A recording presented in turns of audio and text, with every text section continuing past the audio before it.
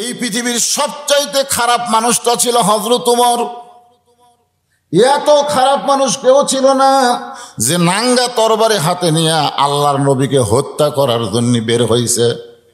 আবু জেহেল খারাপ ছিল, কিন্তু ডাইরেক্ট নবীকে মারার পরিকল্পনা করে নাই, গোপনে মারবার চাইছে, কিন্তু ডাইরেক্ট মারার সাহস নাই। যিনি ডাইরেক্ট নবীকে হত্যা করতে রাস্তা নিয়েছিলেন তার নাম কি? ওমর। কি খারাপ রে খারাপ! হায় হায় রে, একেবারে তরবারি, উন্মুক্ত তরবারি নিয়ে নবীকে মারার জন্য যাচ্ছে। রাস্তার মধ্যে নঈম নামে একজন সাহাবী বলতেছে, ওমর পাগলের মতন তরবারি নিয়ে কোথায় যাও? বলে বাপ দাদার ধর্মের মুখে চুনকালি দিয়ে আব্দুল্লাহর বেটা নাকি নতুন ধর্ম প্রচার করে, ওকে না মারা পর্যন্ত আমি দুনিয়ার কোনো পানি স্পর্শ করব না। হাই রে, কি কসম! ওকে না মারা পর্যন্ত দুনিয়ার পানি পান করব না। নঈম মুসকি মুসকি হাসে। ওমর কয়, বেটা হাসিস কেন? বলে হাসার কারণ হলো আগে ঘর সামলাও। আগে কি সামলাও? ঘর সামলাও। বলে ঘর কি হয়েছে? বলে তোমার বোন আর ভগ্নিপতি তার দলে ভর্তি হচ্ছে। তোমার বোন আর ভগ্নিপতি কার দলে?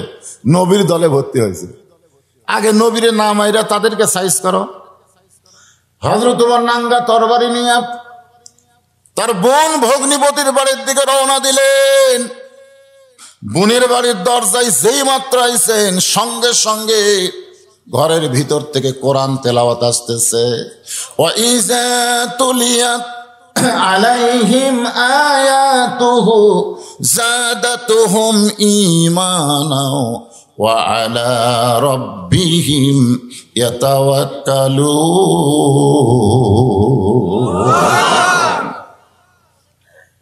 এরপরও ধাক্কা দিয়া বোন ভগ্নিপতিকে মারলেন। মারার এক পর্যায়ে বললেন, তোরা কি যেন পড়তেছিলি, ওইটা একটু আমারে দেখাতো। বোন পিটন খাইছে, তারপরে বলতেছে লা ইয়ামুসুহু ইল্লাল মুতাহহারুন। এটা এমন একটা পবিত্র বাক্য, পবিত্র কিতাব, পবিত্র আয়াত, যেইটা কখনো অপবিত্র হয়ে স্পর্শ করা যাবে না। সুবহানাল্লাহ বলেন। তাহলে এর মধ্যে এমন কি আছে যেইটা ধরবার গেলেই পবিত্র হওয়া লাগবে? আজকে নুরানি মাদ্রাসার জন্য আপনাদের কাছে আমরা টাকা তুলি যে মাদ্রাসা চালাতে হবে। ভাই, আপনার টাকা না দিলে মাদ্রাসা চলার কোনো উপায় নাই। অথচ বাংলাদেশের একটা প্রাইমারির জন্য আমাদের কোনোদিন টাকা তোলা লাগেনি। ধরে কোন কথা ঠিক কিনা? তোলা লাগছে? এটা যদি নুরানি হয় তাহলে প্রাইমারি কি? না না, নুরানির একটা বিকল্প নাম থাকা লাগবে। ধরে কোন কথা ঠিক কিনা? এই মাদ্রাসা যদি নুরানি হয়, প্রাইমারি হচ্ছে শয়তানি। ধরে কোন কি? এক কথা কর, আজ থেকে আমি নাম দিয়ে দিলাম। এটা যদি নুরানি হয় তাহলে ওটা কি? শয়তানি। আজকে আপনাদের ছেলে মেয়েরা শয়তানির মধ্যে লেখাপড়া করতেছে, নুরানির মধ্যে আসফের চাচ্ছে না। ধরে কোন কথা ঠিক? কথা কান। নুরানি শব্দের অর্থ বোঝেন? এই দেখেন, এখানে লেখা আছে নুরানি কোরআন শরীফ, নুরানি হাফেজি কোরআন শরীফ। নুরানি আগে লেখছে নুরানি। নুরানি মানে যার ভিতরে আলো দিয়ে ভরপুর। জোরে কান সুবহানাল্লাহ। আমরা একটা স্লোগান দেই না, আল কোরআনের আলো ঘরে ঘরে না, সব জায়গায় না। সংসদের কথা বলেন না, সংসদের কথা বললে ওরা আবার মনে করবি ওরা ওই দল রে। তা আমরা সংসদের কথা না বলে বলবো সব জায়গায়। আপনি বলেন সব জায়গার মধ্যে সংসদ আছে না নাই? আপনি এই চেয়ারে বসেন তো, ফাঁকত থাকেন করে ভাই। আল কোরআনের আলো অনুনাজ্জিলু মিনাল কুরআনি মা হুয়া শিফাউ ওয়া রাহমাতুল লিল মুমিনিন। হযরত ওমর আল্লাহর নবীর কাছে গেলেন, যেই তরবারি দিয়ে নবীকে হত্যা করবার চাইছিলেন সেই তরবারি নবীর কদমে জমা দিয়া বললেন, ইয়া রাসূলুল্লাহ, কোরআনের পরশ, কোরআনের শব্দ আমার কানের মধ্যে আমাকে এমন ভীতি তৈরি করে দিয়েছে, আর আমি জাহেলের দলে থাকবো না, অন্ধকারের দলে থাকবো না।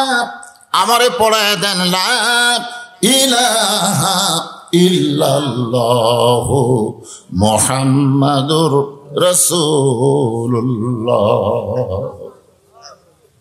যে কোরআন শোনার পরে হযরত ওমর আল্লাহ নবীর হাতে হাত দিয়ে কলেমা গ্রহণ করলেন, সেই কোরআনকে হযরত ওমর শুধু পড়লেন না, সামিনা ওয়া তাআনা, কোরআনকে পড়লেন এবং কোরআনকে গ্রহণ করলেন।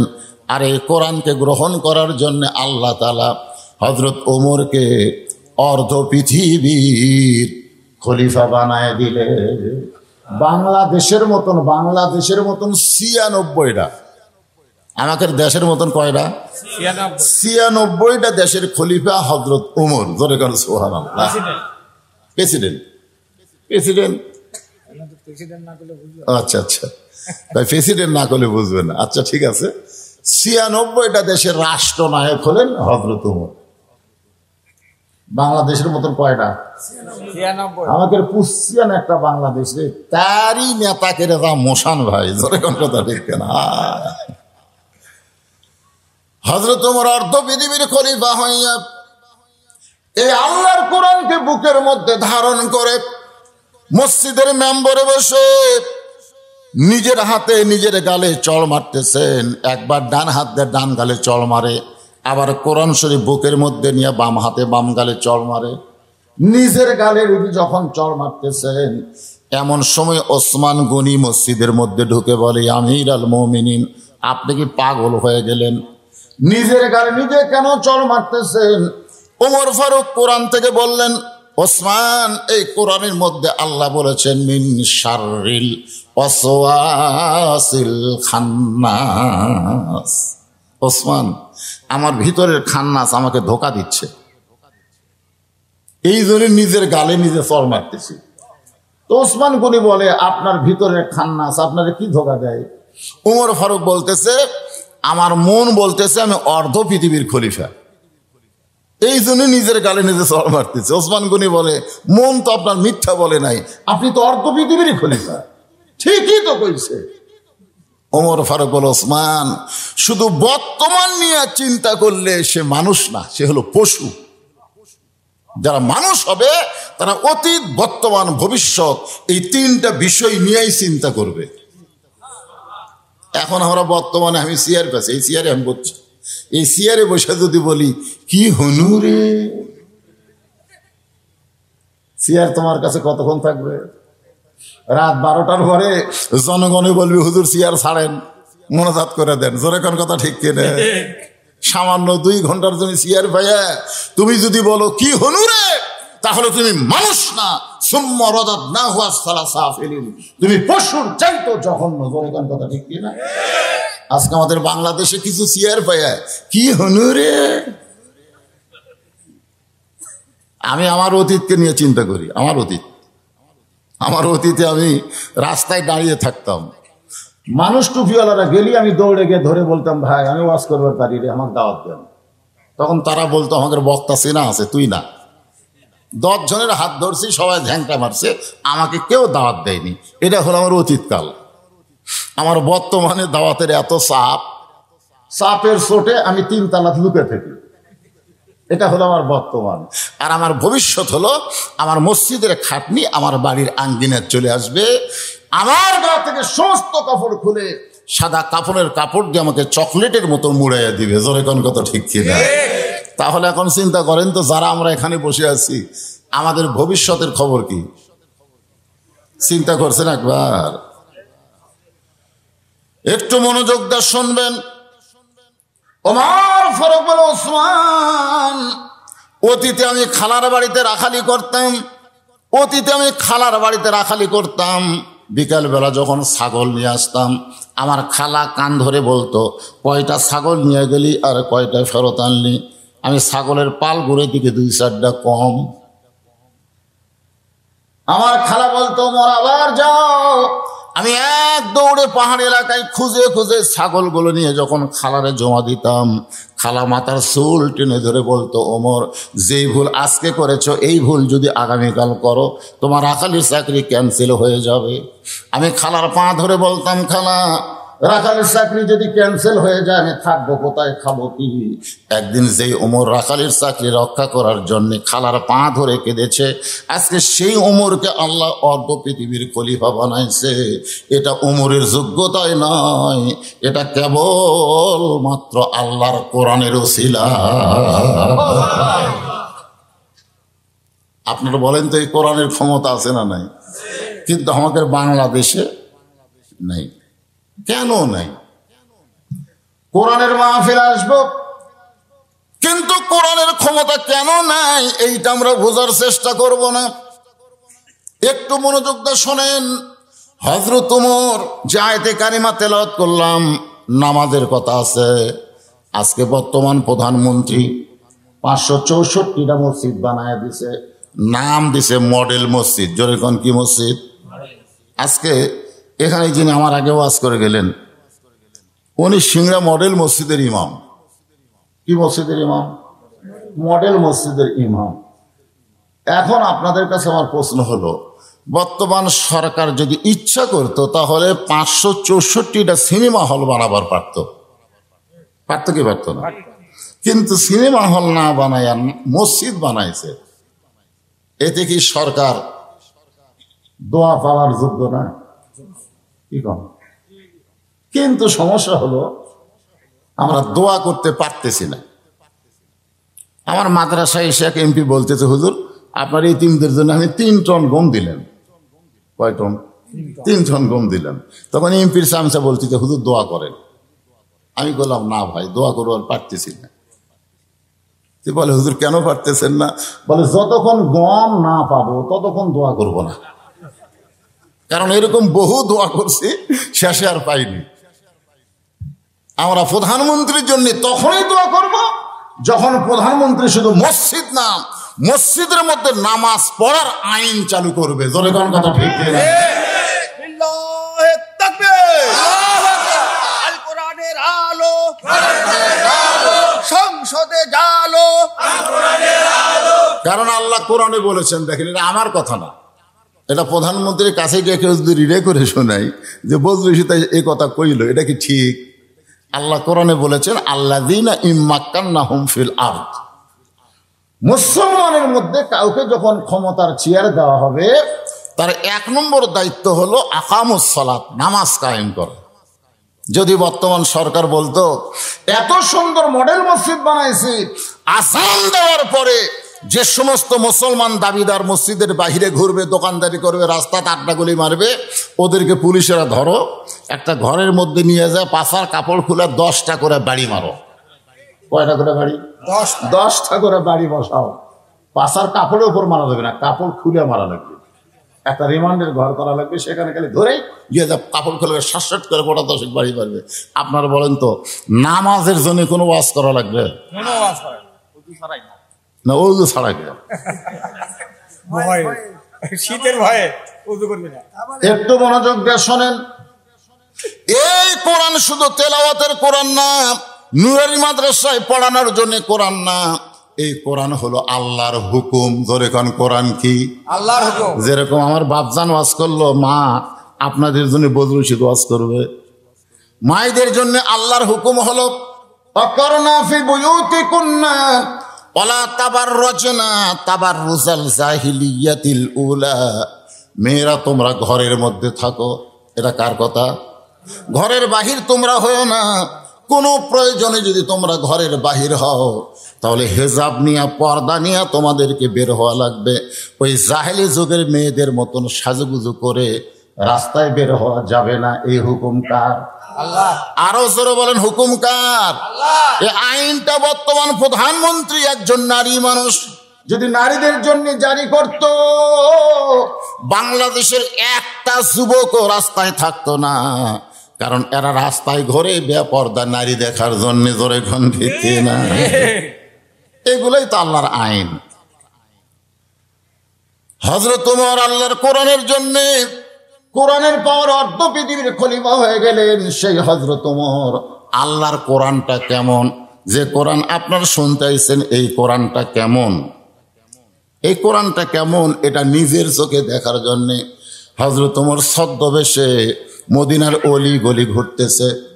ছদ্মবেশে মদিনার অলি গলি ঘুরতে গিয়ে হযরত ওমর দেখতে পায় দুই পাহাড়ের মাঝখানে একটা গিরিপথ। জোরে বলেন কি পথ? ওই গিরিপথের ভিতরে একটা সুন্দরী মেয়ে ধীর গতিতে হেঁটে হেঁটে চলতেছে। মেয়েটার সামনেও কোনো মানুষ নাই, পিছনেও কোনো মানুষ নাই। ওমর ফারুক আসমানের দিকে তাকায় বলেন, আল্লাহ, তোমার দুনিয়ায় এত সুন্দরী একটা মেয়ে, তোমার দুনিয়ায় এত সুন্দরী একটা মেয়ে। মেয়েটার চেহারা দেখে হযরত ওমর সুন্দরী বলতেছে না, মেয়েটার আপাত মস্তক আল্লাহর আইন পর্দা। মেয়েটা যদি দেখতে কালো হয়, খাটো হয়, এরপরেও যদি আল্লাহর আইন পর্দা মেনে চলে, আল্লাহর কোরআন তাদেরকেই শুধু সুন্দরী বলে। আমাদের বাংলাদেশে কতকগুলো মেয়ে মানুষ ভোটের ডানা ছিল, জোরে কোন কথা ঠিক কিনা? তার মধ্যে একটা হলো মাহি।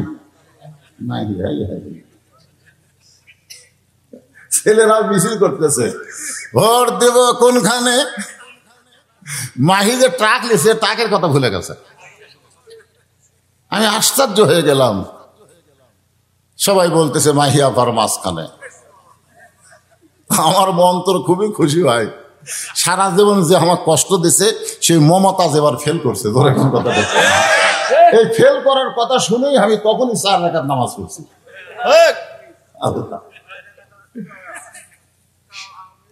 শালি রে, ও আবার সিয়াসাতটা জানে, সংসদে আলেমদের বিরুদ্ধে কথা কয়। জোরে কোন কথা ঠিক কিনা?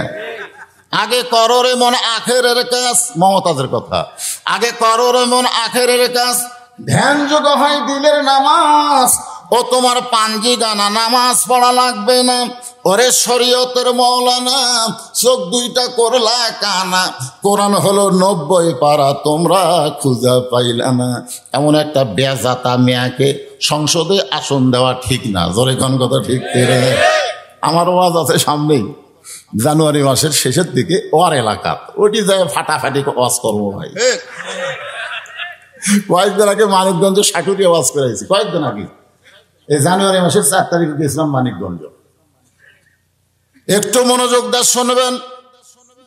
আমরা মুসলমান, জোরে করে আমরা কি মুসলমান? তাহলে চিন্তা করতে হবে কোরআন অনুযায়ী পর্দানিশী নারী যারা, পর্দানিশী নারী যারা, আপনারা সবাই বলবেন বিশ্ব সুন্দরী তারা।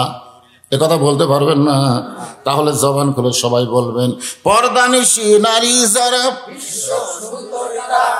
আর যেই বলবো বেপর্দা নারী যারা, আপনারা বলবেন বিশ্ব বেহায়া বেহায়া।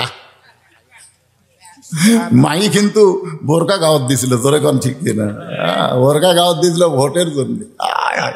আমাকে কতকগুলো নেতারা তা চমক দেখায়, বুঝলেন? সারা জীবন মাথার টুপি নাই, ভোটের আগে মাথার টুপি। হ্যাঁ, জনগণ বোঝে না তোরা কে। যে বলবো বেপর্দা নারী যারা, আপনার বলবেন বিশ্ব বেহায়া তারা। বলতে পারবেন না? বেপর্দা নারী যারা, ওমর ফারুক মেয়েটার নিকটে গিয়া আল্লাহর কোরআন দেখার জন্যে, আল্লাহর কোরআন দেখার জন্য মেয়েটাকে বললেন, মা, এই নির্জন পথে তুমি একা একা চলতেছ, তোমার সামনেও কোনো মানুষ নাই, পিছনেও কোনো মানুষ নাই, তোমার অন্তরে কি কোনো ভয় ডর লাগতেছে না? মেয়েটা বলতেছে, পথিক, তুমি কি হযরত ওমরকে চেনো? মেয়েটা হযরত ওমরকে না চেনার কারণে বলে, পথিক, তুমি কি হযরত ওমরকে চিনো? যদি ওমরকে চিনতে তাহলে এইরকম বেসাইজা কথা বলতা না। হযরত ওমর যেদিন থেকে আল্লাহর কোরআন দিয়ে রাষ্ট্র চালায়, সেদিন থেকে পৃথিবীর এক প্রান্ত থেকে আর এক প্রান্তে একটা মহিলা যাবে, ওই মহিলার কলিজায় কেবলমাত্র আল্লাহ ছাড়া অন্য কারো ভয় থাকবে না।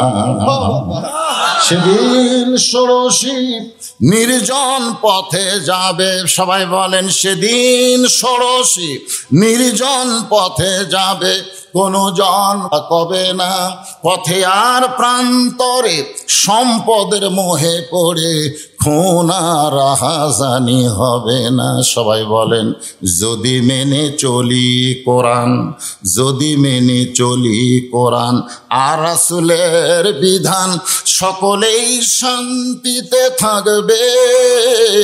বাংলার আকাশে কলেমার পতাকা সেদিন দুলবে।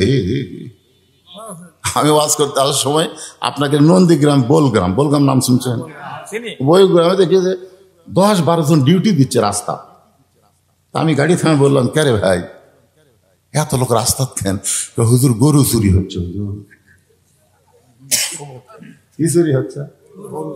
আমি বললাম এই গরু চুরি হওয়ার জন্য কোন জিনিসটা দায়ী করতে চায়?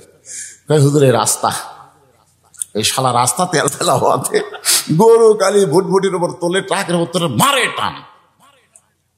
রাস্তা যদি ভাঙ্গা থাকতো তাহলে কিন্তু এত জোরে টান মারবার পারতো না। জোরে কথা কন না কেন? তাহলে আমাদের সরকার রাস্তা দিল, তেল রাস্তা হলো, কিন্তু রাস্তার মধ্যে কোনো নিরাপত্তা দিল না। চোর ডাকাতের জন্য একটা সুন্দর ব্যবস্থা হয়ে গেছে। জোরে কোন কথা ঠিক না? এই সরকারের আইন দিয়ে চোর ডাকাত বন্ধ করা যাবে না। চোর ডাকাত বন্ধ করতে গেলে আল্লাহর কোরআনের আইন লাগবে। জোরে কোন কথা ঠিক না? ওমর ফারুক বললেন, মা তুমি যে ধীর গতিতে চলতেছো, আমার মনে হয় তোমার ভিতরে কোনো দুঃখ লুকে আছে। দুঃখী যদি না হও তাহলে এরকম ধীর গতিতে কেন হাঁটতেছো? মেয়েটা বলে, প্রতীক রে, আমি আসলে একজন দুঃখী নারী। আজকে 6 দিন হলে হযরত ওমরকে আমি খুঁজতেছি। আজকে 6টা দিন হয়ে গেল হযরত ওমরকে আমি খুঁজতেছি। ওমর ফারুক বলে, মা তুমি কি ওমরকে চেনো? ওমর হচ্ছে অর্ধ পৃথিবীর খলিফা। সেই ওমরকে যদি দেখবার চাও, পাবার চাও, তাহলে বঙ্গভবনে যাও, গণভবনে যাও, রাষ্ট্রীয় ভবনে যাও। তুমি সেই সকল ভবনে না গিয়া এই 2 রাস্তার মাঝে খুঁজতেছো। ওমর কি গরু ছাগল নাকি যে রাস্তার মধ্যে খুঁজে খুঁজে তুমি ওমরকে পাবে? মেয়েটা বলে, প্রতীক রে, তুমি জানো না আল্লাহর কোরআন দিয়ে যখন রাষ্ট্র চলবে তখন নেতা খোঁজা লাগবে না, নেতারাই দুঃখী মানুষকে খুঁজে বেড়াবে। লিল্লাহু আকবার। আল্লাহর কোরআন দিয়ে যখন রাষ্ট্র চলবে তখন নেতা খোঁজা লাগবে, নেতারাই দুঃখী মানুষকে খুঁজে বেড়াবে। আর বর্তমানে বাংলাদেশে 5 বছর পর নেতারা দুঃখী মানুষকে খুঁজতেছে। আমার এলাকার এক নেতা ফকিরকে দেখে গাড়ি থামাছে। ফকির ড্রাইভার বলতেছে, স্যার এখানে কেন? বলে, ওই যে মানুষ আসতেছে দেখিস না, কে তো ভিক্ষা করে খায়। থামা, ভোটের আগে ও জাহমতে। গাড়ির থেকে নামে সালাম দেয়, আসসালাম আলাইকুম চাচা, কেমন আছেন? ফকির খালি চারিদিকে তাকায়। তো চাচা কি দেখতেছেন? বলে, তুমি কারে সালাম দিলে বাবা? এটা দেখতেছি। আপনাকেই দিলাম, ভিক্ষা করে খায়। ভোটের আগে আপনিও জাহমতে। আমাদের বাংলাদেশের নেতাগুলো ভোটের আগে প্রত্যেকটা গ্রামে গ্রামে ঘুরতেছে। জোরে কোন কথা ঠিক কিনা? ভোট পেয়ে যখন নেতা হয়ে যায়, নেতার বাড়ি আর নাই, সব নেতা চলে গেছে ঢাকা। কিন্তু আল্লাহর কোরআন দিয়ে যখন রাষ্ট্র চলবে, মেয়েটা বলে, পথিক নেতা খোঁজা লাগবে না, বরং নেতারাই দুঃখী মানুষকে খুঁজে বেড়াবে।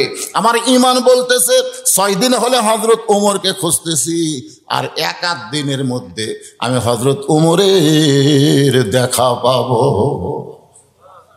খুঁজতেছি কয়দিন? আর বিশ্বাস 1-8 দিন।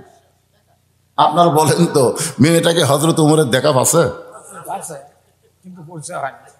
আমার ঈমান বলতেছে 6 দিন হলে খুঁজতেছি, আর 1-8 দিনের মধ্যে হযরত ওমরকে দেখা পাবো। কারণ আল্লাহর কোরআন দিয়ে যখন বাংলাদেশ চলবে তখন একটা গরিব মানুষকেও ধনীর বাড়িতে যাওয়া লাগবে না। বিশ্বাস করেন, প্রত্যেকটা ধনী মানুষ গরিবের দরজাত আসবে। কারণ ধনীরা জানে 2.5 টাকা গরিব না দিলে আমাকে জাহান্নামত যাওয়া লাগবে। কবরে গেলে এই টাকায় বিষাক্ত সাপ হয়ে মারবি সবল। জোরে করবো, শয়তান, তোর বাড়িতে একজন না খেয়েছিল, তোর বাড়ির পাশে একটা গরিব না খেয়েছিল, আর তুই বিরিয়ানি খেয়ে ঢেকুচ্ছিস। মার রে মা, তাই কাল মারবি বসার ভাই। আর 2.5 টাকা যদি গরিবকে জাকাত দিয়ে দেন তাহলে আর বিষাক্ত সাপ আপনাকে সবল মারবে না। এখন ঠেলা কার, ধনীর না গরিবের? ধনী। ধনী ঠেলার ছোটে গরিবের দরজা। গরিব বলতেছে, মাফ কর, নেব না। কারণ গরিব জানে আস্তাইনু বিসসবরি ওয়াস সালাহ। যদি কিছু পাবার চাও আল্লাহর কাছে চাও, তোর টাকার কি দরকার রে? আমার এলাকার এক গরিব আমি দেখছি, যদি খালি বলে জাকাতের টাকা বুঝাইছে জাকাত মানে ময়লা, সেদিন থেকে জাকাতের টাকা নেই না, তো টাকার ময়লা মিনিমাম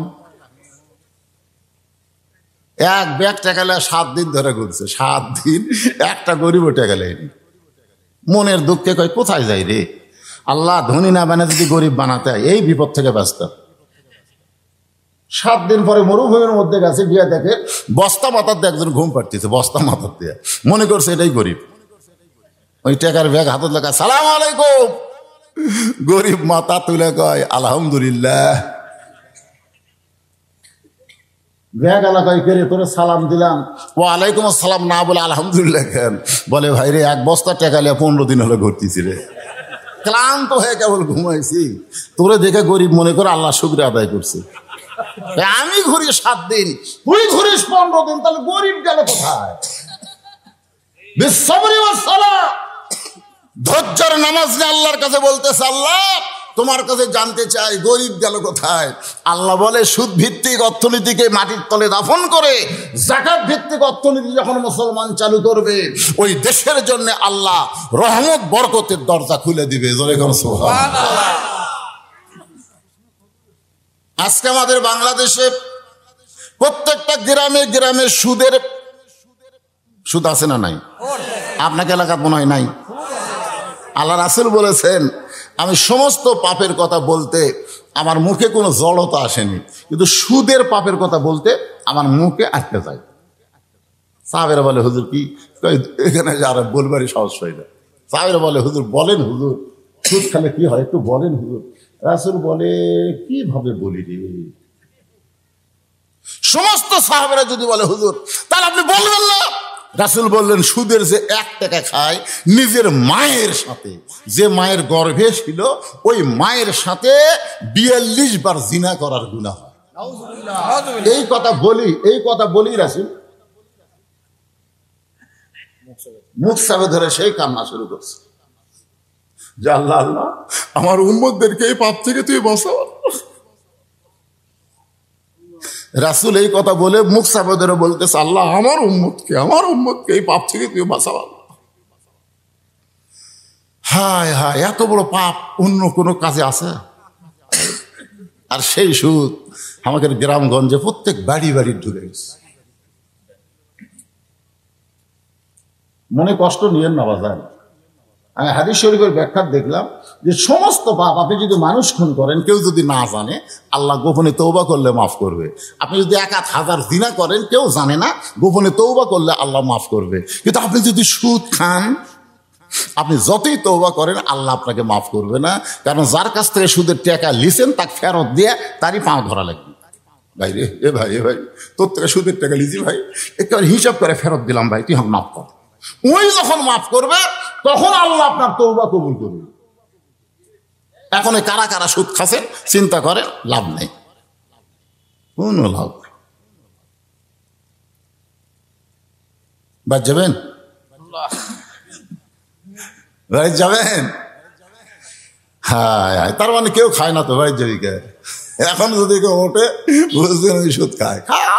তোর মতন সুদের ওয়াজ না শুনলে আল্লাহর কোনো ক্ষতি নাই। জোরে কোন কথা কর না কেন? কিন্তু যারা সুদ খায়, যারা সুদ দেয়, আল্লাহ রাসূল বলেছেন যারা সুদ দেয় তারা যদি তওবা করে আল্লাহ তাদের তওবা কবুল করে তাদেরকে মাফ করবে। যারা খায় তাদের মাফ নাই, যারা দেয় তাদের মাফ আছে। সুবহানাল্লাহ। একটু মনোযোগ দিয়ে শুনবেন। মেয়েটা বলতেছে পথিক আজকে 6 দিন হলো হযরত ওমরকে আমি খুঁজতেছি, আমার বিশ্বাস আর 1-8 দিনের মধ্যেই হযরত ওমরকে আমি পেয়ে যাব ইনশাআল্লাহ। সঙ্গে সঙ্গে হযরত ওমর বলতেছেন মা তুমি যেই ওমরকে খুঁজতেছো আমি হইলাম সেই ওমর। সুবহানাল্লাহ হবেন না? যেই বলে যে তুমি যেই ওমরকে খুঁজতেছো আমি হইলাম সেই ওমর, সঙ্গে সঙ্গে মেয়েটা বলতেছি আমিরুল মুমিনিন তাহলে আপনি চোরের মতন একা একা কেন ঘুরতেছেন? চোরের মতন। ধরে কোন কার মতন? আচ্ছা আপনি অর্ধ পৃথিবীর খলিফা, আপনার কি কোনো চামচা নাই? বর্তমানে বাংলাদেশে একটা এমপি কোনোদিন একা একা ঘোরা দেখছেন? এ কথা কন দেখছেন? একটা মন্ত্রী কি কথা? তা আপনি অর্ধ পৃথিবীর খলিফা, আপনার কোনো চামচা নাই? ওমর ফারুক চোখের পানি বের করে বলেন, মা চামচা পালার টাকা আমি কোথায় পাবো? কারণ চামচা পালবার গেলে যে টাকা লাগবে সেই টাকা তো আমার নাই। অর্ধ পৃথিবীর খলিফা কেমন ছিলেন? জুমার দিনে যখন খুতবা দিচ্ছেন, একজন মুসল্লি দাঁড়িয়ে বলতেছে, আমিরুল মুমিনিন, আপনার খুতবা আমি শুনবো না। ওমর ফারুক বললেন, আমার অপরাধ কি? বলে, আমাদেরকে খাটো পাঞ্জাবি দিয়ে আপনি লম্বা জুব্বা পরে খুতবা পড়তেছেন, আমাদেরকে বাইতুল মাল থেকে খাটো দিয়ে আপনি লম্বা জুব্বা পরবেন, যতক্ষণ লম্বা জুব্বার কাহিনী না বলবেন ততক্ষণ আপনার খুতবা আমরা শুনবো না। ওমরের চোখ দিয়ে দর দর করে পানি পড়তেছে, এমন কথা বলেছে, অথচ একটা লোকও বলতে, অর্থবিধির খলিফা লম্বা পড়বি না কি পড়বি, তুই বাধা দেওয়ার কে ধর। একটা লোক নেই, কারণ উমরের আইন চলতেছে না আল্লাহর আইন? যখন কার আইন? সবাই চুপ করে আছে, কেউ যখন কোনো কথা বলতেছে না, ওমর ফারুকের ছেলে আব্দুল্লাহ ইবনে ওমর, যিনি 6 লক্ষ হাদিসের হাফেজ, 30 পারা কোরআনের হাফেজ, অর্ধ পৃথিবীর খলিফার ছেলে কি ইঞ্জিনিয়ার, ব্যারিস্টার? আমাদের নেতারা থাকে বাংলাদেশে, ছেলেগুলো সব কানাডা পাঠা দিয়েছে। ধরে কোন কথা ঠিক কিনা? অধিকাংশ নেতার ছেলেরা আমেরিকা, লন্ডন, কানাডায়। কিন্তু হযরত ওমর অর্ধ পৃথিবীর খলিফা হয়ে তার সন্তানকে হাদিসের তালিম দিয়ে 6 লক্ষ হাদিসের হাফেজ, 30 পারা কোরআনের হাফেজ, সে আব্দুল্লাহ বাবার পাশে দাঁড়িয়ে বললেন, রে নবীর সাহাবীরা, তোমরা খাটো পাঞ্জাবি হলেও তো নতুন কাপড় পরে মসজিদে আইছো, কিন্তু আমার পরনে তাকায় দেখো, আমার পরনে কোনো নতুন কাপড় নাই। সমস্ত সাহাবীরা, আব্দুল্লাহ আজকে জুমার দিনে তুমি নতুন কাপড় না পরে এই পুরাতন কাপড় কেন পরে আসলে? আব্দুল্লাহ বলতেছে, আমি যদি নতুন কাপড় পরতাম তাহলে আমার বাবার জুব্বা লম্বা হতো না। দুনিয়ার সবাই যখন ঘুমায়াছিল, এমন সময় আমার বাবা চুপি চুপি আমার ঘরের দরজায় গিয়ে ডাকতেছে, আব্দুল্লাহ রে আব্দুল্লাহ। আমি চমকে গেলাম, এই গভীর রাত্রে বাবা কেন ডাকে? দরজা খুলে তাকায় দেখি বাবার হাতে একটা পাঞ্জাবি। আমি খুশি হয়ে বললাম, বাবা বাইতুল মাল থেকে আমার একটা পাঞ্জাবি দিছে, আপনি গভীর রাত্রে আর একটা দিবার আইছেন। ওমর ফারুক কোরআন থেকে তেলাওয়াত করলেন, ইন্নাল্লাহা ইয়ামুরুকুম আন তুআদ্দুল আমানাতি ইলা আহলিহা ওয়া ইযা হাকামতুম বাইনান নাস আন তাহকুমু বিল আদল। গোটা পৃথিবীর যত সম্পদ, এই সম্পদের মালিক প্রধানমন্ত্রী না, বাংলাদেশের সম্পদের মালিক কোনো এমপি না, বাংলাদেশের সম্পদের মালিক প্রত্যেকটা নেতার কাছে আল্লাহর আমানত। সুবহানাল্লাহ কন্যা কেন?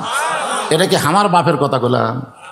ইন্নাল্লাহা ইয়ামুরুকুম আন তুআদ্দুল আমানাতি ইলা আহলিহা ওয়া ইযা হাকামতুম বাইনান নাস আন তাহকুমু বিল আদল। আব্দুল্লাহ, তোরে আরেকটা দিবে রাইছি, এই পাঞ্জাবিটা হলো আমার। গাইদা দিকে এত খাটো, এ খাটো পাঞ্জাবি দিয়ে কালকে জুমায় খুতবা কেমনে দিব? তোর পাঞ্জাবিটা আমাকে দান করে দে বাবা। আমি আব্দুল্লাহ গভীর রাত্রে আমার বাবারে যখন পাঞ্জাবি দান করলাম, বাবার পাঞ্জাবি আমার পাঞ্জাবি একত্র করে বাবা জুব্বা বানায়, সেই জুব্বা পরে খুতবা দেয়। এখন বলো বাবার খুতবা শোনা যায় কি না যায়?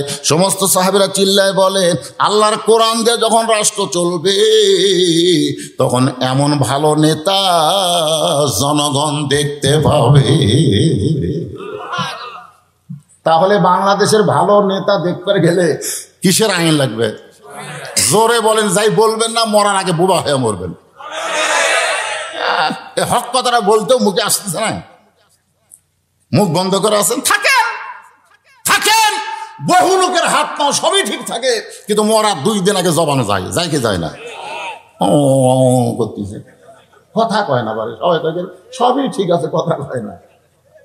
আল্লাহ বলার কথা আমি বন্ধ করছি, কারণ মৃত্যুর সময় যখন আজরাইল জান কবজ করবে, ওই সময় যদি আল্লাহ আল্লাহ জিকির করে মারা যায়, সমস্ত পাপ আল্লাহ জিকির করে মরার কারণে মাফ করে দিবে। আর ওই সময় আর কথা নেই। আজকে যারা কোরআনের পক্ষে কথা বলবেন না, মরার কমপক্ষে 3 দিন আগে আল্লাহ জবান কেড়ে নেবে। এখন কি করবেন বলবেন? হ্যাঁ, না, আল্লাহ আল্লাহ না, কোরআনের পক্ষে কথা বলা লাগবে। মানুষের আইন আর আল্লাহর আইন, এই দুইটার মধ্যে আমাদের শিকার কিছু আছে না নাই? একটু মনোযোগ দিয়ে শুনবেন। হযরত ওমর ফারুক বলতেছেন, মা সামসা পালার টাকা তো আমার হাতত নেই, এই জন্য আমি একা একা চোরের মতন ঘুরতেছি। মেয়েটা বলতেছে, আমিরুল মুমিনিন, আপনি হলেন অর্ধ পৃথিবীর খলিফা। ওমর ফারুক বলতেছেন, মা এখন বলো তোমার দুঃখ কি, যে 6টা দিন হলে আমারে খুঁজতেছো?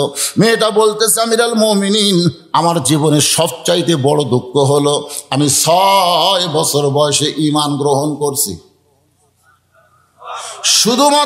শুধুমাত্র ঈমান গ্রহণ করার অপরাধে আমাকে 12 বছর জেলখানায় বন্দি জীবন কাটানো হয়েছে। আমির হামজা যখন 3 বছর পরে জেলখানা থেকে বের হলো, তাকে জিজ্ঞাসা করা হলো, তুমি কোন অপরাধে জেলখানায় ছিলে? এই যে আমির হামজা বাড়ালো না 30 মাস। কয় মাস? 30 মাস তুমি জেলখানাত বন্দি ছিলে। তোমার অপরাধ কি? পকেট মারছে, চুরি করছে, কারো বইয়ের দিকে তাকাছে। আমির হামজা চোখের পানি বের করে বলে, শুধু একটাই অপরাধ। মেয়েটা বলতেছে, আমার জীবনের একমাত্র অপরাধ শুধু ঈমান গ্রহণ করার অপরাধে জালেম বাদশা আমাকে 12 বছর জেলখানায় বন্দি রাখছে। কত বছর? শুধু জেলখানার মধ্যে বন্দি রাখে নাই, সকালবেলা 3টা করে চাবুক, বিকালবেলা 3টা করে চাবুক মারছে। আমার দেহের এমন কোনো জায়গা নাই যে জায়গায় চাবুকের আঘাত লাগে নাই। ইয়া আমিরুল মুমিনিন, আমি যে দেশের জেলখানায় বন্দি ছিলাম ওই দেশের নাম হলো রোম দেশ। আপনি যখন রোম পারস্য দখল করলেন, তখন আল্লাহর কোরআন হাতে নিয়ে বললেন, মুসলমান যখন কোনো রাষ্ট্র দখল করে, ওই রাষ্ট্র মানুষের আইন দিয়ে চলবে না, ওই রাষ্ট্র চলবে আল্লাহর আইনে। ধরে বলেন, কার আইনে? আর আল্লাহর আইন দিয়ে যখন রাষ্ট্র চলবে, ওই রাষ্ট্রের মধ্যে কোনো জেলখানা থাকবে না। জেলখানা থাকলে মানুষ অপরাধী বেশি হয়। চুরি করে জেলখানা গেছে, রাত্রে ডাকাতের কাছে আর বিছনা, রাত্রে শোয়ার সময় একটা বিছনা হয় না, যার কাছে সুবিধা হলো ডাকাত। বলতে যে, কে রে ভাই, তুই কি অপরাধে জেলখানা ঢুকছিস? মুরগি চুরি করবার গেছে। তখন ডাকাত মারে লাগে, এই আমার কাছে কোনো চোরের জায়গা হবি না, তুই আমাকে চিনিস? আমি 3টা মার্ডার করে জেলে ঢুকছি রে, কোনো চোরের জায়গা আমার কাছে নাই। তখন চোর জায়গালে পাওয়া ধরে কয়, ভাই তাহলে এবারের মতন বাইর হয়ে কি হয়ে ঢোকা লাগবে আমার জানা হয়ে আস, এই চোর হয়ে আর আমি জেলখানা ঢুকতেছি না। এই জন্য দেখবে জেলখানার থেকে অনেকে বার হওয়ার পরে সিনা টান করে হাঁটে। কারণ কি? ওই ডাকাত হবি, মনে হয় জেলখানা আর শ্বশুর বাড়ি।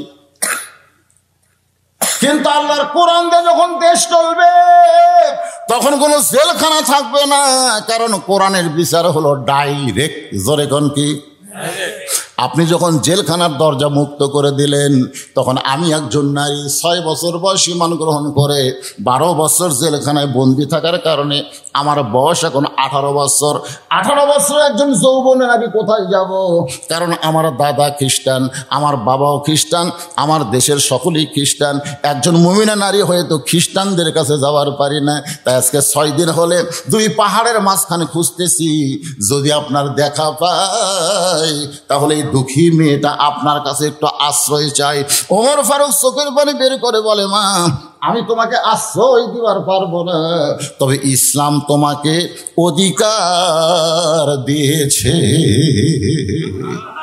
এখন আপনাদের কাছে আমি জানতে চাই, আমার মা বোনেরা যারা পর্দায় আছেন একটু শোনেন, মা ইসলামে নারীদের অধিকার আছে না নাই? এই জোরে করে আছে না নাই? আমার বাবা মরে গেল 18 সালে, আমার মা মরে গেল এই যে 23 সালের ডিসেম্বরের 25 তারিখে। আমার বাবা মরে গেছে, আমি কাঁদছি, কিন্তু আমার মা মরে গেলে আমি দেখলাম তো কিছুই নাই। তখন একটা গান আমার কাছে এসে বলল, বাবা আনন্দে মাতিয়া সাগরে ভাসাইয়া সেই যে চইলা যায় খবর লয় না, মাজন ধরে আয়ু দরে কতই কষ্ট করে, 10 মাস পরে পায় প্রসবের বেদনা। এমন দরদি ভবে কেউ হবে না আমার মা গো। আমার বাবা জীবনে আমার চুমা খাচ্ছে কিনা আমার মনে নেই, আর আমার মা যেদিন 25 তারিখে মারা যাবে সেই রাতেও আমার চুমা খাইছে। কি বলবো প্রসবের কথা, মা বিনে সেই ব্যথা কেউ তো বুঝিবে না। মাজন ঠেকিয়ার সন্তানের দায়, অকালে মা মারা যায়। ঠেকিয়ার সন্তানের দায়, অকালে মা মারা যায়। কেন সে মায়ের ভক্তি করবা না?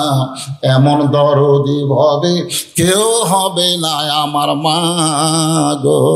এই জন্য রাসূল বলেছে, মা তোমাদের সাধারণ কোনো বিষয় না, মায়ের পায়ের তলে সন্তানের জান্নাত। মা কি রে? মুসা নবী আল্লাহরে করেছিল, আল্লাহ আমি যার সাথে জান্নাতে থাকবো তার খবর কি? আল্লাহ কয়ে দেখবার যদি চাস অমুক বাজারে যা। আল্লাহ সেভাবে দেখবার করেছে, বাজারে যায় দেখে একটা কষায় সমানে খালি দাও মারতেছে, গোস্তর পরে ঠাই ঠাই করে মারতেছে। মুসা চুম করে কই, এইটা আমার সাথে জান্নাতে থাকবি? কালিমুল্লাহ আল্লাহকে বলতেছে, আল্লাহ মানুষ আর খুঁজে পেলা না, এই কষায় আল্লাহ বলে জানবার চাইছিস বলে তোরে জানাইলাম, তদন্ত কর। কষায় যখন বাড়িতে গেছে, মুসা নবী চুপি চুপি তার পিছনে যায়, বৈঠকখানার জানলা দিয়ে দেখে কষায় ঘরের মধ্যে ঢুকে একটা ঝুড়ি বের করলো। ঝুড়িতে তার বুড়িমা বসেছিল, মারে গোসল করে দিয়ে পরিষ্কার করে যে গোস্ত নিয়ে গেছিল ওটা পাক করে কবিতর যেমন তার বাচ্চাকে খাওয়ায়, কষায় চাবায় চাবায়, মায়ের যে মুখের দাঁত নেই ওই গোস্তগুলো মুখে দিছে। মা ঢুকিছি বা খেয়ে খেয়ে আল্লাহকে দোয়া করতেছে, আল্লাহ আমার কষাই সন্তানকে তুই মুসা নবীর সাথে জান্নাত দিও।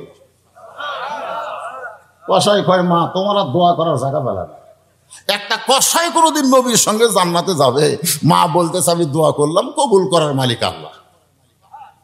মুসা নবী লোকমা দিয়ে বলে, কষাই ভাই তোমার মায়ের দোয়া আল্লাহ কবুল করেছে, আমি হলাম নবী মুসা।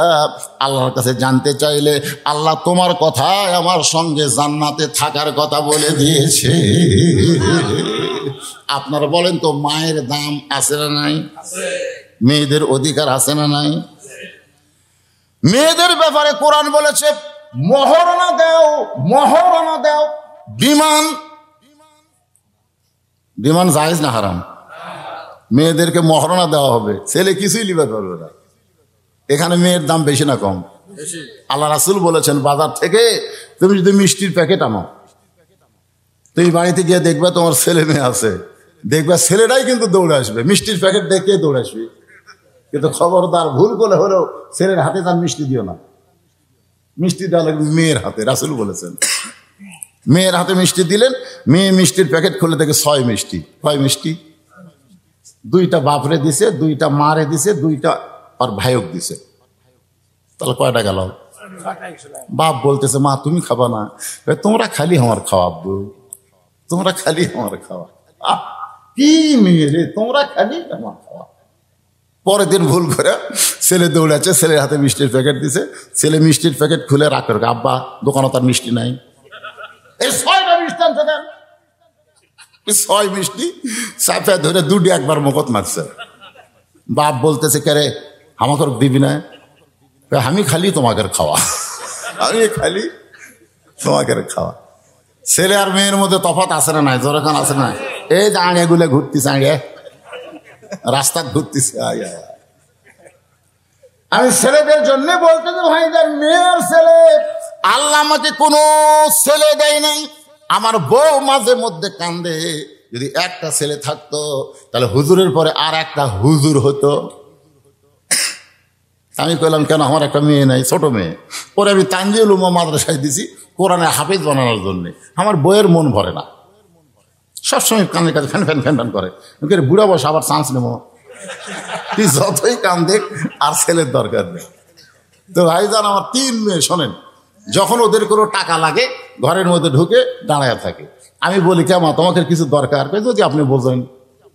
3 জনক 300 টাকা দিলাম, ওরা কাছেই থাকে। আমি বললাম, মা কি খবর? 300 দিলাম আর কি? যদি আপনি দেন তো আবার 100 করে দিলাম। আমি বললাম মা এখন কি খবর? তো সেটা আপনার বিবেচনা। তখন আবার 100 করে দিলাম, ওরা 3 জন খুশি হয়ে ঘর থেকে বের হয়ে গেল। আমি আমার বড় ভাইকে বললাম, ভাই তোর ছেলেও আছে মেয়েও আছে, তোর ছেলে যখন টেকা চায়, আমার তার ছেলে নেই, তো কিভাবে চায়? আর ভাই বলতেছে শালার লাগবে 100 চায় হাজার।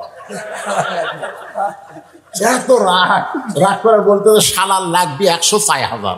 আমি তখন বললাম আল্লাহ রে, এই পাটা না হয়ে তো আর ভালো আছে, তোর কোন কথা ঠিক কি না? ইসলামী মায়েদের অধিকার আছে না নাই? ওমর ফারুক বললেন, মা আমি ওমর তোমাকে আশ্রয় দিবার পারবো না, তবে ইসলাম তোমাকে অধিকার দিয়েছে।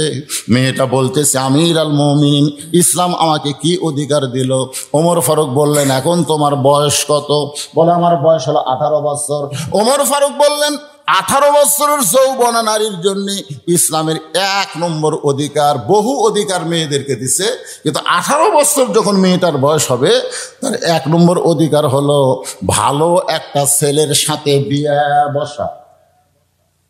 ভালো যদি বলতো সুন্দর একটা ছেলের সাথে বিয়ে বসা, তাহলে আমার মতন কালো মানুষ জীবনে বউ পেতাম না। ধরে কোন কথা ঠিক কিনা? দেখেন ইসলাম এখানে কি মারেফতি পেঁয়াজ মারছে। ভালো একটা ছেলের সঙ্গে বিয়ে বসা। ভালো ছেলে বলতে আপনারা কাকে বুঝান? আমাদের বাংলাদেশের ভালো ছেলে মানে ডাক্তার, ভালো ছেলে হলো ইঞ্জিনিয়ার, ভালো ছেলে হলো আমেরিকার থাকে। জোরে কোন কথা ঠিক কিনা? মেয়ের বাবারা যখন খোঁজ করে, ভালো ছেলে মানে সরকারি চাকরি করে, ভালো ছেলে মানে সরকারি চাকরি করা, ভালো ছেলে মানে ইঞ্জিনিয়ার ডাক্তার হওয়া না। ভালো ছেলে যে রব্বানা আতিনা পড়েন, রব্বানা আতিনা ফিদ দুনিয়া হাসানা অফিল আখিরাতি হাসানা ওয়াকিনা আযাবান্নার। যে ছেলের কাছে দুনিয়াও আছে আখিরাতও আছে, এই ছেলেটাই হলো ভালো ছেলে। সুবহানাল্লাহ কর না কেন? ওমর ফারুক বললেন, মা তোমার কোনো অভিভাবক নাই, এখন তুমি ভালো ছেলে কোথায় খুঁজবা? আমি একটা ছেলের খবর দেই, দেখো তো ছেলেটা তোমার পছন্দ হয় কিনা। মেয়েটা বলতেছে আমির আল মুমিনিন, তাহলে আপনি বলেন তো ভালো ছেলে আপনার কাছে কি আছে? ওমর ফারুক বললেন, মা আমি বাহিরে খুঁজতে যাব না, আমাকে আল্লাহ একটা ছেলে দিয়েছে 6 লক্ষ হাদিসের হাফেজ, 30 পারা কোরআনের হাফেজ। ছেলেটার বয়স হলো 21 বছর, ছেলেটা লম্বা হলো 6 ফুট 2 ইঞ্চি, ছেলেটার নাম হলো আব্দুল্লাহ, বাপের নাম হলো ওমর, চাঁদের বরণ চেহারা। এই ছেলেটার সঙ্গে তোমাকে বিয়ে দিয়ে তোমাকে আমার বৌমা বানায়া আমার বাড়িতেই তোমাকে অধিকার দিবার চাই। সুবহানাল্লাহ জোরে কন। কি মা? বৌমা বানায়া আমার বাড়িতেই। আপনার বলেন তো, বেটার বউ যেদিন থেকে বাড়িতে আসে, গোটা বাড়ির দায়িত্ব কে পায়? বউ দেয় না?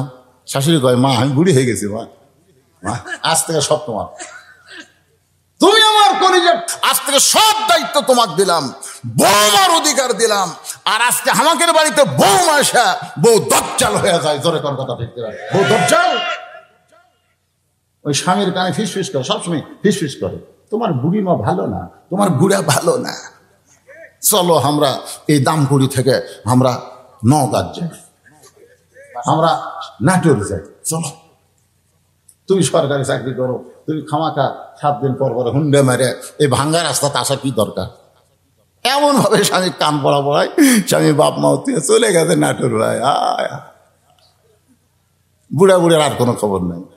আপনি জানেন, সকালে একবার সন্ধ্যায় একবার বাপ মার চেহারার দিকে তাকান, আল্লাহ একটা কবুল হজের সওয়াব আপনার আমল নামাই দিয়ে দিবে। সুবহানাল্লাহ। আর এই শালা বইয়ের বুদ্ধি শুনে চলে গেছে। এটা বউ মা না বউ দজ্জাল? এ কথা কন না কেন? বউ মা না বউ দজ্জাল? আমার বাড়িতে তোমাকে অধিকার দিব বউ মায়ের। মেয়েটা হেজাবের ভিতর থেকে বলে আমির আল মুমিনিন, আপনি না বলেছেন ভালো একটা ছেলের সঙ্গে বিয়ে বসার অধিকার আছে? আপনার আব্দুল্লাহর চাইতে ভালো কোনো ছেলে কি দুনিয়াতে নাই? ওমর ফারুক বললেন, মা আমার এই 2 চোখে আমার আব্দুল্লাহর চাইতে ভালো কোনো ছেলে পড়ে না। মেয়েটা বলতেছে আমি একটা ছেলের নাম বলবো, দেখেন তো ছেলেটা কেমন। ওমর ফারুক চমকে উঠছে, 6 বছর বয়সে জেলত গেছে আর 12 বছর জেলখানায় বন্দি। এর কাছে ভালো ছেলের খবর কেমনে থাকবে? ওমর ফারুক উৎসাহ নিয়ে বললেন, বলেন তো মা, সেই ছেলেটার নাম কি? মেয়েটা বলতে, ছেলেটার নাম হইল হোসাইন, মায়ের নাম হলো ফাতেমা, বাবার নাম হলো হযরত আলী, আর নানার নাম হলো মুহাম্মাদুর রাসূলুল্লাহ। এখন আপনি বলেন তো, আপনার আব্দুল্লাহ আর হোসাইন এই দুটার মধ্যে কোনটা ভালো? না আপনাদের গ্রামের ইঞ্জিনিয়ার আর একটা হলো হাফিজ সাহেব। ছোট থেকে দাঁড়িয়ে হতে পারে, একদিনও কামায়নি। ওই পেশাব করে গেলেও মাথার টুপি দিয়ে পেশাব করে। ওই জীবনে স্কিন প্যান্ট পরেন, ঢিলালা পায়জামা পড়ছে, পেশাব করে পানি লাই। ওই যন্ত্র কোনোদিন কষ্ট দেয়নি, সবসময় ঢিলা লালার মধ্যেই থোছে। আরে ভাই, আর এই স্কিন প্যান্ট পরে পেশাব করে খাড়া হয়ে পানি লাই না, টপ টপ করে পেশাব দিয়ে, আর ওই যে নিষ্কার জাঙ্গে ওটা ভিজে গেছে। তো পেশাব দিয়ে যদি ভিজা যায়, ওটা কিন্তু শুকিয়ে গেলে ওর জীবাণু মুক্ত হয় না, ওই জায়গায় ছোট ছোট জার্ম পয়দা হয়, অতি সূক্ষ্ম জীবাণু। ওই জীবাণু পেশাবের ছিদ্র দিয়ে ভিতরে ঢুকে ওই গোড়ার যে রগগুলো আছে, এই রগগুলো কেটে দেয়। কিছুদিন পরে দেখা যাচ্ছে ডালিয়া মাতের মতন আগা মোটা গোড় আছে, কোন চেতে না।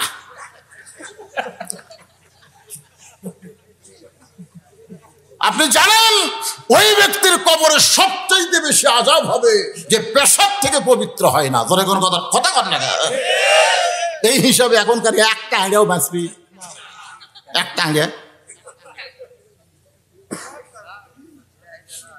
একটা যুবকও বাঁচবে না যারা খাড়া হয়ে পেশাব করে। এমন ফুল প্যান্ট করছে, যন্ত্রটা একটু বাতাস লাগে তাও পাবি না, চাপিয়ে দিয়ে থসে।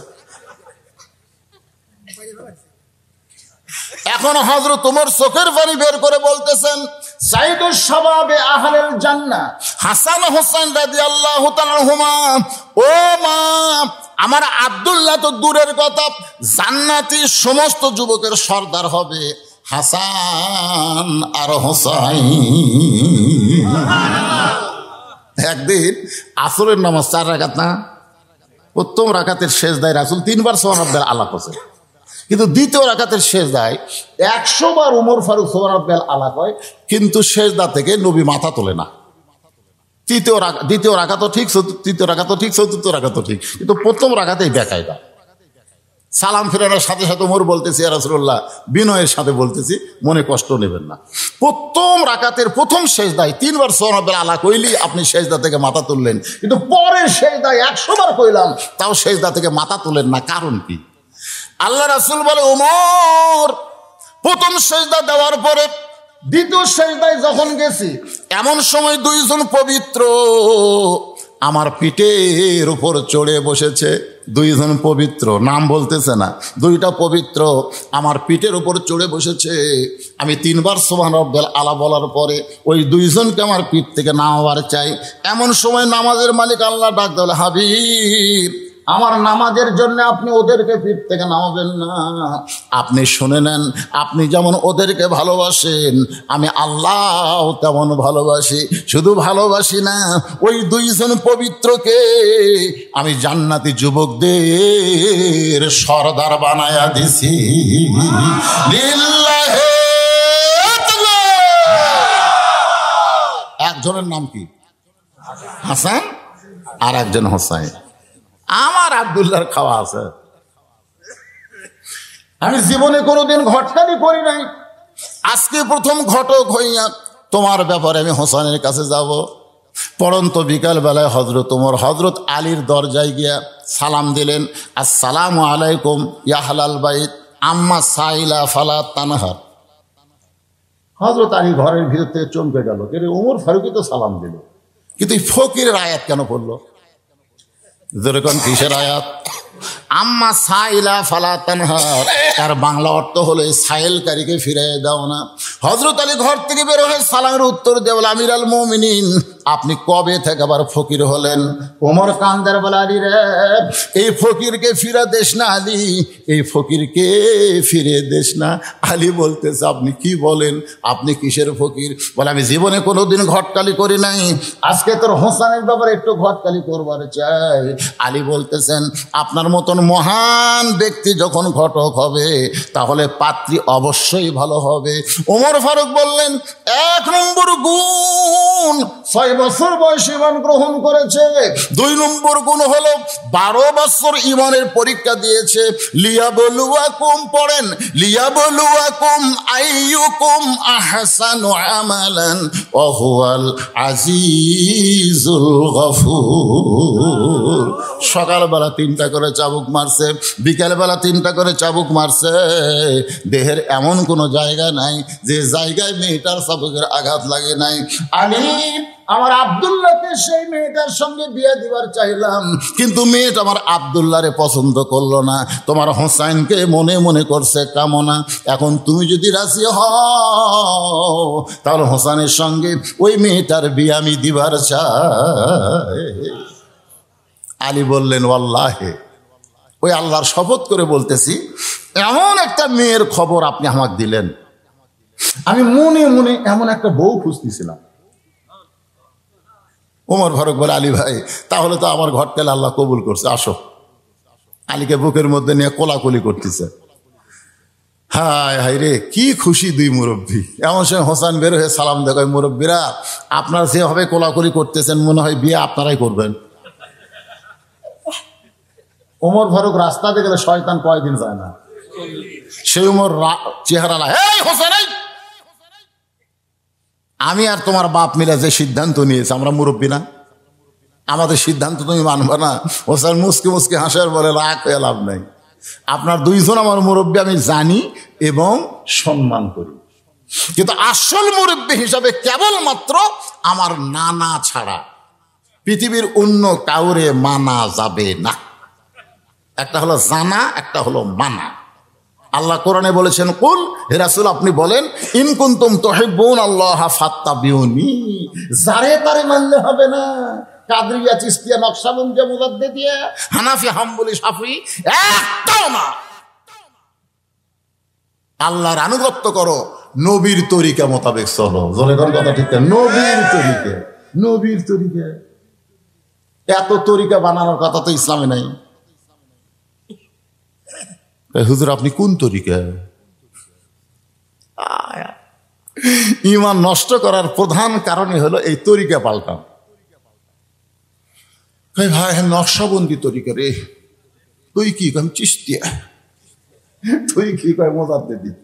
চাপাত লাগতি খাবো। এত তরিকা বানা যাবে না, একটাই তরিকা, সেটা হলো আমাদের রাসূল। জোরে কোন কথা ঠিক? আতিউল্লাহ ওয়া আতিউর রাসূল। এরপর আল্লাহ বলেছেন, ও আতিউ উলিল আমরি মিনকুম বলেন নাই, এখানে আল্লাহ বলেছেন উলিল আমরি মিনকুম। আতিউ শব্দ আল্লাহ উল্লেখ করেন নাই, কারণ তোমাদের আমিরকে তোমরা মানো, ততক্ষণ মানবা আমির যতক্ষণ রাসূলকে মানবে। তোমাদের ইমামকে তোমরা মানো, ততক্ষণ মানবা ইমাম যতক্ষণ নবীর তরিকা মোতাবেক নামাজ পড়াবে। জোরে কোন কথা ঠিক কিনা? আসরের নামাজ 4 রাকাত, 2 রাকাতে বৈঠক আছে, 4 রাকাতে বৈঠক আছে। ইমাম যদি 3 রাকাতে বসে থাকে, আপনার মনে করবেন টাইটেল পাস, দাওরা পাস, মানবো, বারে উঠবো না, নামাজ হবে? আমরা ইমামকে মানি ততক্ষণ, ইমাম যতক্ষণ রাসূলের তরিকায় থাকবে। রাসূলের তরিকা থাকবো না, তোকে লোকমা দিয়ে খাড়া করে দেবো। জোরে কোন কথা ঠিক কিনা? লোকমা যদি না মানিস, তোকে বাদ দিয়ে আর একটা ইমাম বানাবো রে। আজকে দেখেন যেগুলো তরিকা আপনারা মানতেছেন, ওই তরিকার মধ্যে রাসূল আছে। কি মন খারাপ করতেছেন? হোসাইন বলতেছে, আপনার 2 জন মুরব্বী আমি জানি, আপনাদের 2 জন মুরব্বীকে আমি সম্মান করি, কারণ মুরব্বীদের সম্মান করা হলো নবীর সুন্নাত। জোরে কোন সুবহানাল্লাহ। কিন্তু মানার ব্যাপারে একজনকে শুধু আমি মানবো, তিনি হলেন আমার নানা। আমার নানা ছাড়া লাকাদ কানা লাকুম ফি রাসূলিল্লাহি উসওয়াতুন হাসানাহ, একজন। ওমর ফারুক বলে, হোসাইন তুমি কি বুঝাবার চাও? হোসেন বলতেছে, রাগ করবেন না, কয়েকদিন আগে আমি স্বপ্নে দেখছি আমার নানা ঘরের মধ্যে আরাম করতেছে। আমি জানলাত দিয়ে দরজা দিয়ে বললাম, নানু ভাই আমি হোসেন একটু ঘরে ঢুকবার চাই। আমার নানা বলতেছে, এই খবরদার, এখন যেন ঘরে ঢুকিস না, আমি জান্নাতে আরাম করতেছি। আমি হোসেন চমকে গেলাম। ভাঙ্গা ঘরের ভিতর থেকে নানা কথা বলতেছে, আর নানা জান্নাতে আরাম করে। এটা কেমন জান্নাত দেখার জন্য জানলার ফাঁক দিয়ে তাকায় দেখি নানির উরাতকে বালিশ বানায় দিছে। ওই উরাতের ওপরে আমার নানা মাথা দিয়া শুয়ে আছে। আমি রাগ করে বললাম, নানু ভাই নানির উরাতকে বালিশ বানিয়ে শুয়ে থাকলে কি জান্নাতে থাকা যায়? নানা বললেন, হোসাইন রে তুই ছোট্ট মানুষ, তুই বুঝবি না। তোর নানির মতন বউ যদি কেউ ঘরে পায়, ওই ঘরটা আল্লাহর জান্নাত হয়ে যায়। তোর নানির মতন বউ রে কেউ যদি ঘরত পায়, ওই ঘরটা কি হয়? আল্লাহর জান্নাত হয়ে যায়। আপনাকে ঘরের মধ্যে যে বউটা পাচ্ছেন,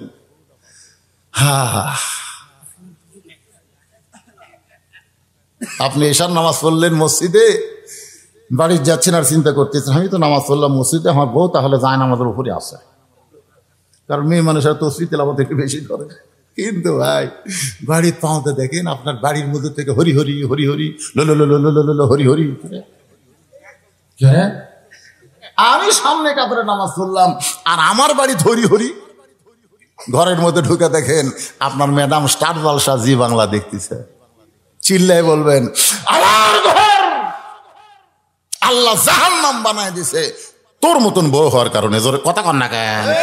তাহলে একদিন কবেন, একদিন একদিন কছেন কোনদিন?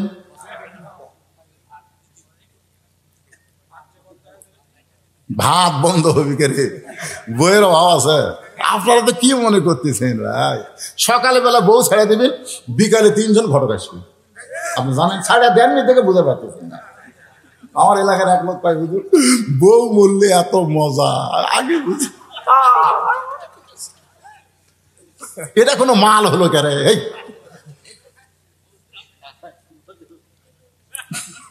মেয়ে মানুষরা আছে নাকি? বাবারা বুড়া আঙ্গুল ধরছে, হযরত আলীর বুড়া আঙ্গুল চেপে ধরে বলতেছে, বাবা আপনি সত্যি করে বলেন তো আমার মা আপনার কেমন বউ? বাবা গো আপনি সত্যি করে বলেন আমার মা আপনার কেমন বউ? এই কথা যখন হোসেন বলতেছে তখন মা ফাতেমা দুনিয়াতে নাই, দুনিয়া থেকে বিদায় নিয়েছে। যার কারণে হোসেন বলতেছে, বাবা আপনি সত্যি করে বলেন তো আমার মা আপনার কেমন বউ? আমার মায়ের মতন বউ পাওয়ার কারণে আপনার ভাঙ্গা ঘর যদি আল্লাহ জান্নাত বানায় দেয়, আমার নানা বিয়ে করার পরে নানার ঘর যদি আল্লাহ জান্নাত বানায় দেয়, আমিও সিদ্ধান্ত নিয়েছি আপনি যেমন বিয়ে করছেন, আমার নানা যেমন বিয়ে করছে, আমি হোসাইন তেমন একটা বিবাহ করতে চাই। কারণ বউ যদি ভালো হয় সেই স্বামী আল্লাহর ওলি হয়, আর বউ যদি খারাপ হয় আর দুনিয়াও শেষ আখিরাতও শেষ। ওমর ফারুক চোখের বাড়ি বের করে বলে, হোসাইন আমি যে মেয়েটার ঘটকালি করতেছি এই মেয়েটা খুব ভালো হবে বাবা। এই মেয়েটার যদি তুমি বিয়ে করো তাহলে তোমার নানার মতন তোমার বাবার মতো তুমি একটা ভালো বউ পাইবা। হোসেন বলতেছে, আমিরুল মুমিনিন আপনি মনে কষ্ট নিয়েন না, আমি সেই মেয়েকে বিয়ে করব যে মেয়েটা আমার 3টা প্রশ্নের উত্তর দিবার পারবে। আমি যারে তারে বিয়ে করব না, যে মেয়েটা 3টা প্রশ্নের উত্তর দিবে আমি তাকে বিয়ে করব। ওমর ফারুক বলে, বাবা কি 3টা প্রশ্ন করবা? হোসেন বলতেছে, দুনিয়ার কোনো মানুষের কাছে প্রশ্ন আউট করব না, আমি যাকে বিয়ে করব তার কাছেই শুধু প্রশ্ন করব। ওমর ফারুক বলে, আলী রে কি 3টা প্রশ্ন করবে হোসেন তোমার কি জানা আছে? হযরত আলী বলতেছে, জীবনের প্রথম শুনলাম। ওমর কান্দে আর বলে, যে প্রশ্ন আমিও জানি না তুমিও শোনো নাই, তাহলে মেয়েটা কেমনে উত্তর দিবে? আমার ঘটকালি আল্লাহ কবুল করে নাই। হযরত ওমর কাঁদতে কাঁদতে মেয়েটা যেই ঘরে সেই দরজায় গিয়ে বলতেছে, মা আমার আব্দুল্লাহর সঙ্গে বিয়া বস, তোর জীবন ধন্য হয়ে যাবে। মেয়েটা বলতে খালি একটা বার বলেন আপনার আব্দুল্লাহ হোসেনের চাইতে ভালো, তাহলে আমার কোনো আপত্তি নাই। ওমর ফারুক বলে, মা আমি কেমনে বলবো যেটা ঠিক না সেটা কেমনে বলবো? মেয়েটা বলতেছে, তাহলে হোসেন ছাড়া দুনিয়ার অন্য কোন আব্দুল্লাহর সঙ্গে আমি বিবাহ বসবো না। ওমর ফারুক বলে, মা হোসেন সেই মেয়েকে বিয়ে করবে যে মেয়েটা 3টা প্রশ্নের উত্তর দিবার পারবে, যে প্রশ্ন আমি জীবনেও শুনি নাই তার বাবা জানে না, তাহলে তুমি কেমনি উত্তর দিবা? মেয়েটা ঘরের ভিতর থেকে বলতেছে, আমিরুল মুমিনিন হোসেন কি 3টা প্রশ্ন করবে আমি জানি না, তবে আমার ঈমান বলতেছে আমি না পারলেও আমার আল্লাহ পারাবে। লিল্লাহি আপনাকে ঈমান কি কয়? 5 তলার উপরে উঠে মাঘ মাসের সেই শীত ভাই, 1.5 লাখ টাকার খাট, 12,000 টাকার কম্বল পড়ে তামানে 9টার সময় দিয়ে বলতেছে আমার বাড়ি আমার ঘর আমাকে নামাইকে, আমাকে নামাইকে রে, আমার বাড়ি আমার ঘর। ভিত সেইরকম মজবুত দিছি রে, 5 কোটি টাকা খরচ করে 5 তলা বানাচ্ছে, আমার বাড়ি আমার ঘর। 2 কান্দের দিয়ে ফেরেশতাকে আল্লাহ, এই শয়তান কি করলো? এই শয়তান যে বলতেছে আমার বাড়ি আমার ঘর আমাকে নামাইকে, আল্লাহ বলতেছে ইন্নাল্লাহ মাস সাবিরিন, একটু ধৈর্য ধর। রাত 3টার সময় একটা ভূমিকম্প, তোর এখন কি কম্প, 10 সেকেন্ডের একটা ভূমিকম্প, ওই এত ফোর্সে নামছে বুঝলেন, কম্বলের মধ্যে লুঙ্গি খুলে আছে, ওটাও পরার টাইম পাইনি। ফেরেশতারা বলতেছে আল্লাহ নামাইলা নামাইলা, তাই বলে ন্যাংটা করে নামাইলা। আল্লাহ বলতেছে জনগণ যদি নামাবার না পারে তাহলে হামাকি নামান লাগবে, আর আমি যদি কাউকে নামাই তাকে ভালো অবস্থায় নামাই না, ন্যাংটা করেই নামাই। আপনারা কি মনে করতেছেন? আপনাকে ঈমান কি কয়? হবি না হুজুর, হবি না, এটা মুসলমানের ঈমান কয়। ফিলিস্তিনের একজন ছোট্ট বাচ্চাকে এক সাংবাদিক ধরে বলতেছে এ পর্যন্ত তোমাদের 25,000 মারা গেল, ইসরায়েলের সঙ্গে খামাখা যুদ্ধ করো, তোমরা পরাজিত হবে, তোমরা তো বাঁচবা না। ওই বাচ্চা চিল্লায় বলে আমরা মরি না, আমরা মরি না, আমরা দুনিয়া থেকে আল্লাহর জান্নাতে যাই।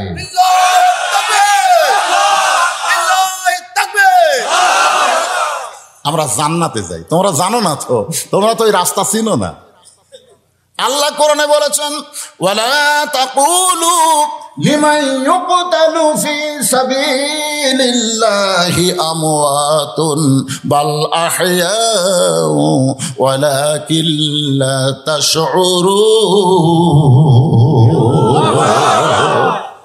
আপনার কি বলেন তো, মায়ের একটা বাচ্চা যদি লিবার চাই, কোনোদিনও বাচ্চা হয়নি, সেই মা বাচ্চা এমনি এমনি, আগে রক্ত যায় না, বাচ্চা যখন টান দিয়ে বের করতেছে তখন ফাইটে রক্ত বার হয় না, কথা কর না কেন ভাইরে, রক্ত দিয়ে মেখে যায়।